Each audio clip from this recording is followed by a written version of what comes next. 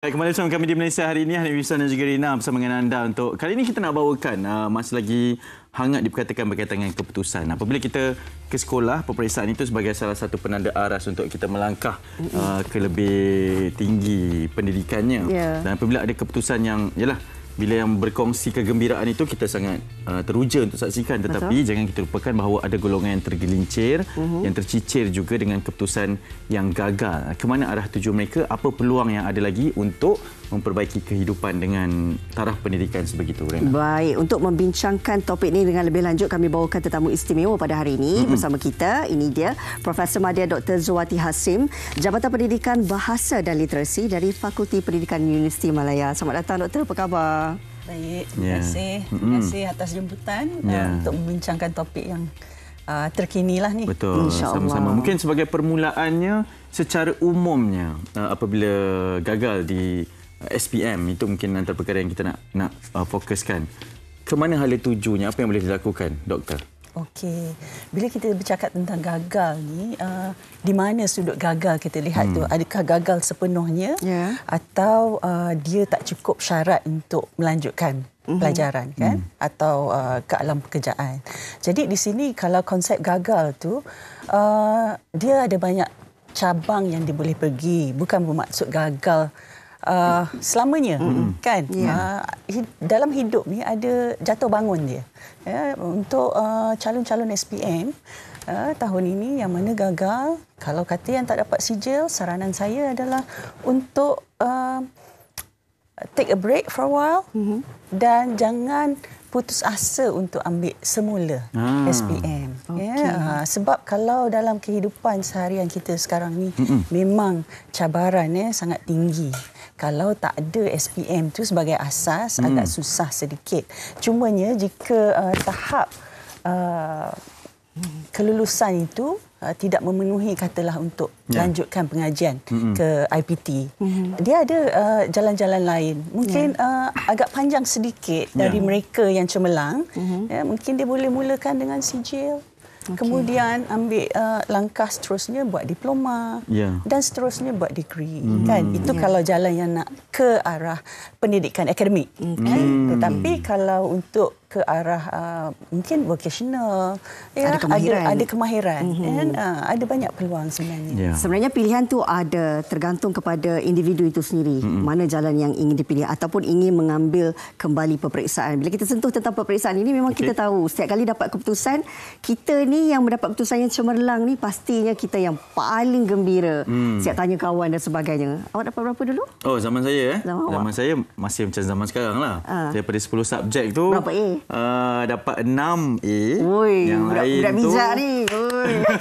Tapi itulah ikut pada subjek-subjeknya jugalah, kan. Rena zaman yang mana ni? Saya zaman pangkat 1, pangkat 2, pangkat 3. Pangkat 3, okey. Pangkat 1 tu yang terbaiklah, kan? Alhamdulillah.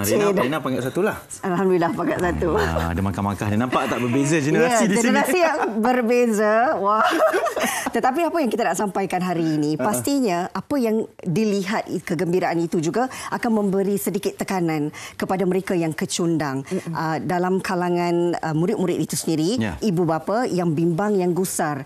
Bila kata nak ambil semula peperiksaan, mungkin dari sudut pandangan sekeliling itu yang menjadikan mereka rasa down dan sebagainya. Bagaimana kita nak melihat dalam perspektif hari ini, kalau nak maju, kalau kita nak pastikan jalan yang kita pilih ini betul, Doktor? Okey, macam saya cakap tadi, setiap kehidupan ni kita ada jatuh bangun dia, kan? Jadi kita tengok orang berjaya, sometimes kita rasa sedih. Sometimes kita rasa happy. Jadi kalau kita tak dapat kejayaan sebagaimana orang yang dah berjaya, mungkin kita perlu tambahkan usaha. Ada masanya bukan kita tak berusaha, tetapi belum rezeki lagi.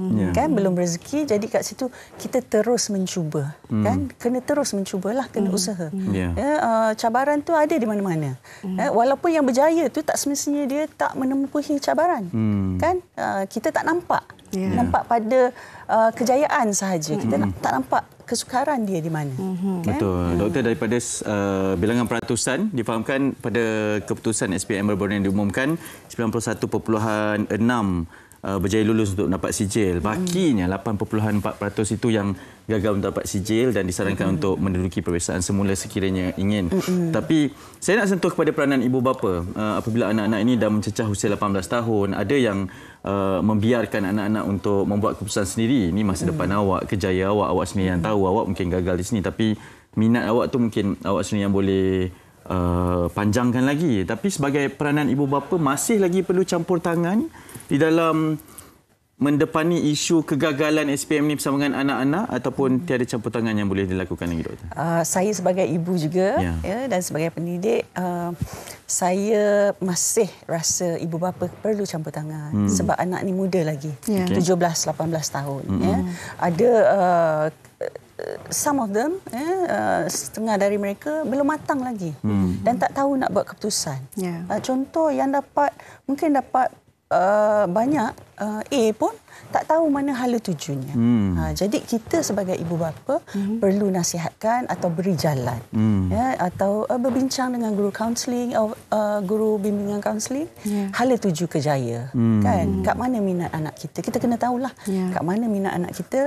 Walaupun kadang-kadang dia minat nak buat sesuatu tetapi keputusannya tidak menyebelahi, contoh. Betul? Ya, kan? betul. Jadi kita sebagai ibu bapa kena nasihat, tak boleh. Kalau kita mohon juga jurusan ni, kita tak dapat. Kan? Jadi apa cara yang terbaik? Keputusan yang kita perlu buat. Jadi perbincangan antara ibu bapa dengan anak-anak tu masih perlu.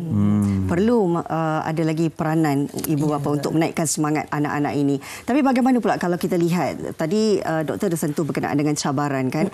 Salah satu contoh cabaran yang paling dapat kita lihat adalah sewaktu zaman PKP lagi. Betul. Ini juga memberi dari segi pendidikan negara kita, terutamanya bagi mereka yang nak menduduki peperiksaan waktu itu, nampak perubahan ketara yang berlaku dan sedikit sebanyak akan mengganggu waktu pembelajaran, emosi mereka kerana sistem pembelajaran itu dah bertukar.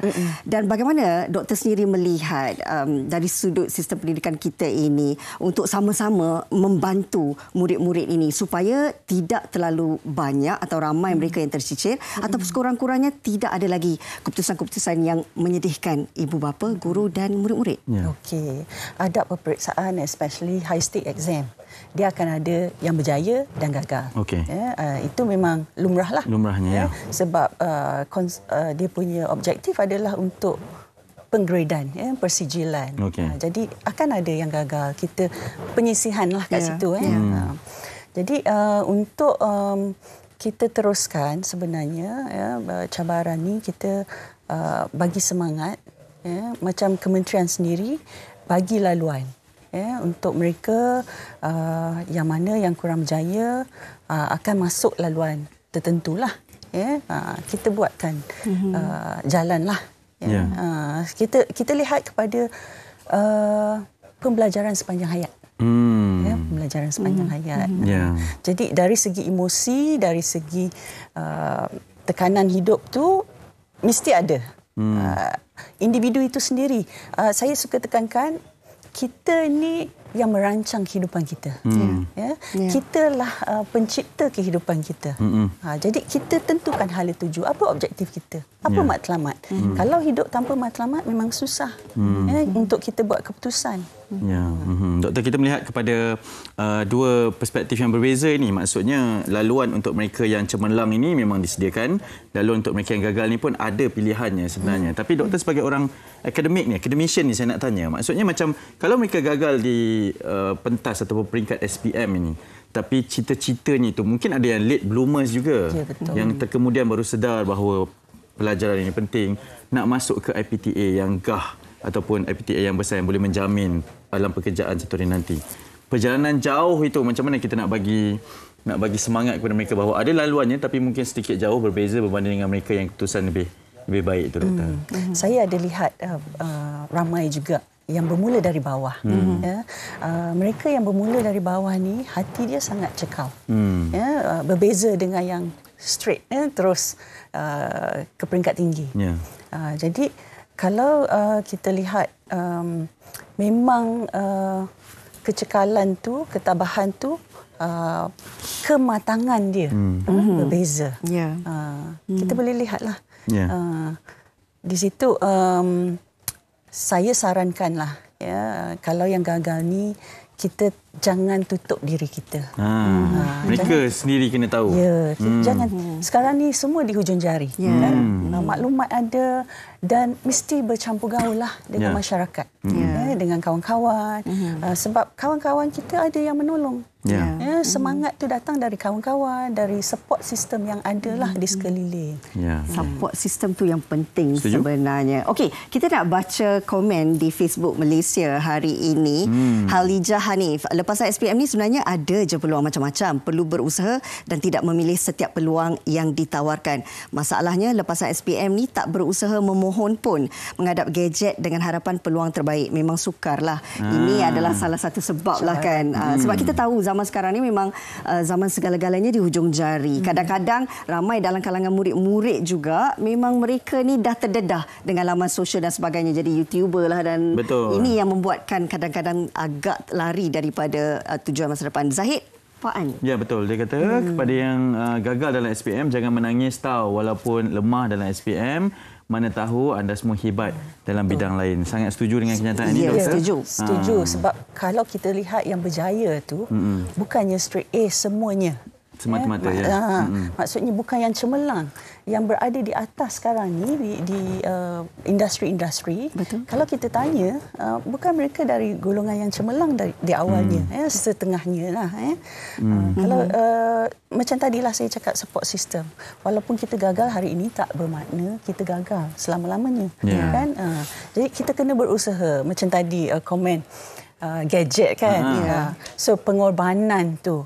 Kalau kita ada matlamat, korbankan masa kita bersama gadget tu untuk mencari ilmu.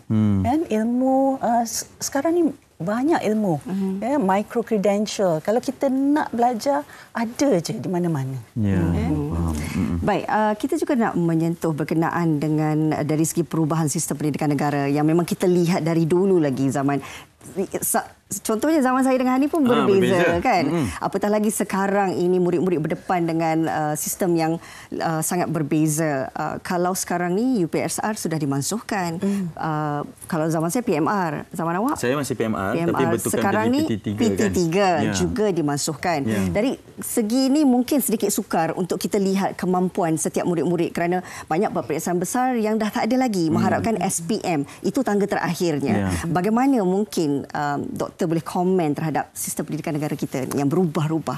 Okey, perubahan berlaku sebab kita nakkan pembaikan lah, penambahbaikan. Jadi di sini sebenarnya sebab culture kita, budaya kita terlalu mendukung kepada peperiksaan high stake exam. Betul. Jadi sebenarnya bila kita mansuhkan UPSR dengan PT3, dia bukan efek kepada result SPM. Yang menentukan kebolehan murid adalah pengajaran dalam bilik darjah itu sendiri. Bila kementerian usulkan PBD, pentaksiran bilik darjah, bukan bermaksud tak ada peperiksaan langsung. Kita akan ada ujian. Ujian PBD adalah ujian berterusan dalam bilik darjah, tapi bentuknya berbezalah. Alternatif, kita ada kuis, kita ada ujian pendek, mungkin ada project work. Jadi kat situ bila ada penilaian berterusan, guru boleh kenal pasti kelemahan. Sepatutnya di situ pembangunan, peningkatan pendidikan itu. Jadi tak ada masalah bila tak ada peperiksaan besar di peringkat PT3 atau UPSR. Jadi sistem pendidikan kita ni menuju ke arah persekitaran yang lebih baik sekiranya ianya berjalan seiring, Doktor? Perancangannya begitu dan pelaksanaan perlu dilihatlah. Di sudut pelaksanaan, di peringkat perancangan sangat baiklah. Cuma di peringkat pelaksanaan kita kena tengoklah. Especially pentaksiran di sekolah. Kena sejajarlah. Untuk SPM kan maksudnya kalau dia tak sejajar, tak valid lah pengajaran dengan pentaksiran dia. Betul. Jadi apa yang dia belajar itulah yang ditafsirkan. Kan? Okey, baik. Baik, kita terus nak baca satu lagi komen di Satu dan dua. Satu dan dua. Dua komen. Suryani Ngah, gagal SPM bukan tiket untuk kerja. Masih ada peluang belajar selagi ada kemahuan. Setuju. Dan daripada Haziq Raji katanya hidup ibarat rumput yang selalu dipijak tetap tumbuh. Begitu juga kita hidup perlu diteruskan, percaya ada asbab dalam hikmah di sebaliknya. Wow, Itu kita ambil daripada pendekatan yang positif kan. Mungkin itu juga satu kesedaran untuk kita lihat bahawa setiap daripada murid-murid ini ada masa depan masing-masing. Cuma jalannya berbeza. Ya, betul. Doktor, nasihatnya maksudnya dalam nak meningkatkan motivasi kepada mereka yang gagal ini. SPM ini tidak cemerlang seperti yang diinginkan. Mungkin tak memandang lagi SPM ini penting dalam hala tuju kehidupan. Bagaimana kita ingin beritahu mereka bahawa ada jalannya, pilihannya untuk terus berjaya? Okey. Dia sebenarnya macam inilah. Kita usaha, doa dan tawakal. Ya. Tanpa usaha memang takkan berjaya lah. Dan untuk berusaha kita kena ada matlamat. Kena ada objektif yang kita tetapkan supaya kita tahu kat mana kita nak tuju. Di situlah saya suka ingatkan kepada semua sentiasa berusaha. Kalau gagal bukan bermaksud gagal selamanya, kita akan terus ambil itu sebagai cabaran. Kalau orang lain boleh berjaya, kenapa kita tidak? Ya. Cabaran untuk kita bina masa depan yang lebih cemerlang. Ya. Okey, ada lagi kita nak bacakan. Ini daripada Yusniza Muhammad Noor. Culture repeat paper tu bukan satu yang buruk. Malah di peringkat universiti, repeat paper itu sesuatu yang amat membantu. Kena tukar paradigma repeat SPM tu lemah. Jadi secara tak langsung juga mindset tu harus bertukar supaya kita pandang sesuatu itu dengan lebih positif. Ya, betul. Kita sendiri yang mencorakkan kehidupan kita. Dan ini satu lagi perkongsian daripada Farah Ainura. Kalau gagal, jangan putus asa. Ada jalannya. Saya sendiri ambil SPM kali kedua dan terus ke Form 6. Alhamdulillah dapat interview IPTA tapi tak ada rezeki untuk itu. Cuma ke college sahaja. Buat apa yang kita suka dan minat itu lebih baik. Doktor angguk saja kepada setiap komen yang maksudnya setujulah dengan setiap komen yang diberikan. Betul, be positif dan juga pengalaman-pengalaman inilah yang mendewasakan kita dalam mencipta ataupun menuju ke haluan yang lebih baiklah. Dan difahamkan juga pihak Kementerian Pendidikan Malaysia sentiasa committed, ada satu kenyataan dikeluarkan untuk membantu calon-calon yang tidak menduduki SPM, yang keciciran dan juga yang gagal dalam peperiksaan baru-baru ini. Semua murid-murid yang kecundang, jangan gusar, jangan bimbang. Masih lagi ada peluang.